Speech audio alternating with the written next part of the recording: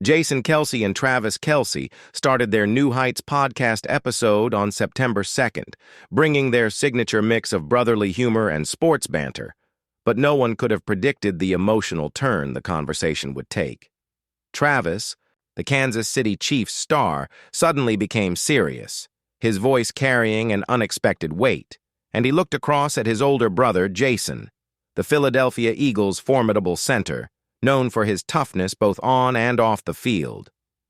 In front of millions listening live and countless more on replay, Travis officially revealed that Jason would be his best man at his upcoming wedding to Taylor Swift, the pop superstar whose relationship with Travis had taken the world by storm. For a brief moment, the usual walls of humor and bravado fell away. Jason, whose reputation was built on grit and a relentless work ethic, found himself overcome by emotion. He raised his hand, trying to hide tears, his face flushing red, his voice trembling as he struggled to find words. The internet exploded with reactions as fans called this one of the most genuine public displays of brotherhood they'd ever witnessed, especially given the history of friendly rivalry and teasing that had always defined the Kelce brothers' relationship. Travis's words were simple, but they struck deep. Jason, you're not just my brother, you're my hero. Every important moment in my life, I want you there. My wedding to Taylor is the biggest of them all. You have to be my best man. Jason, caught off guard and expecting only a joke, could barely muster a reply. He choked out, "Travis, I don't know what to say." This wasn't just another moment for the podcast. It was a culmination of a lifetime spent supporting each other through highs and lows, from fierce competition on the football field to small arguments about pizza toppings. In that instant, Jason's mind flashed through the years. Super Bowls, won and lost, childhood games in the backyard, all leading up to this moment. Through his tears, Jason managed a laugh, joking that he'd need to practice his runway walk so he wouldn't look out of place standing next to Travis and Taylor on the big day. Taylor Swift herself knew the announcement was coming. According to insiders, she was deeply touched by the display of affection between the brothers. Taylor has often said she loves not only Travis, but also his family, their warmth, and their fierce loyalty. When she saw Jason's reaction, she reportedly cried too, overwhelmed by the sincerity and love shared in that podcast studio. Social media lit up instantly. Fans on Twitter called it one of the most beautiful moments leading up to what many are calling the wedding of the decade. It wasn't just about the fame of Travis and Taylor. It was about the realness of the family bond at its center. One fan posted, "We're witnessing the kind of love that makes even the biggest stars seem just like us." Another commented, "Jason Kelce may be the best man, but to me, he's proof Taylor picked the right guy, a man who puts family first." The announcement only intensified the global obsession with every detail of the upcoming wedding: the venue, the guest list, Taylor's dress, the bridesmaids, the groomsmen. The fact that Jason was named best man turned the wedding into even more of a spectacle, making headlines on every major entertainment site. Pop culture experts pointed out that Travis and Taylor's romance had become bigger than just two people. It was now a symbol of the union between the NFL and the music industry, between grit and glamour, between two seemingly separate worlds. Jason's role brought a new layer, showing that behind all the celebrity, there was still a family that cared for each other deeply. Chiefs fans, Eagles fans, Swifties, and even casual observers were moved. A Kansas City supporter wrote, "When Jason cried, that's when I realized that family and love are worth more than any Super Bowl ring." Others joked that while Travis and Taylor might be the main characters of the wedding, Jason would undoubtedly steal the show. The event marked a turning point in how the world saw Jason Kelce. On the football field, he was a powerhouse, a leader, and a warrior. Off the field, he was a devoted husband, a loving father, and now, in this moment, the epitome of a great brother.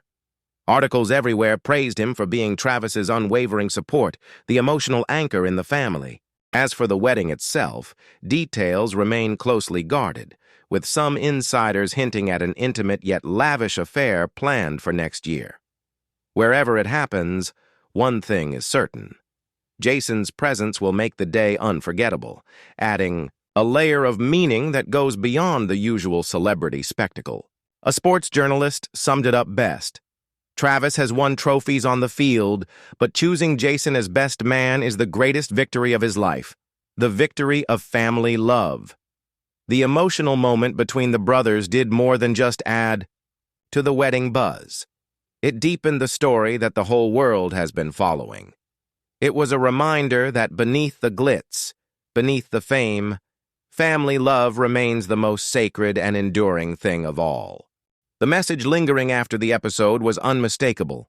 No matter how high you climb, no matter how many stadiums you fill or records you break, it's the people you love who matter most. Heroes on the field and superstars on stage are still, at the end of the day, ordinary people who crave connection, belonging, and love. Before the NFL season even kicked off, Travis and Taylor had already shocked the world with their engagement announcement.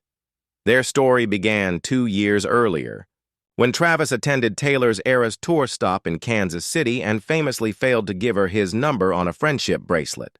That missed connection became the stuff of romance legend. Taylor would later talk about it during her own appearance on the New Heights podcast, describing it as something straight out of a John Hughes movie. A grand, earnest gesture for love, like holding a boombox outside a window. She laughed.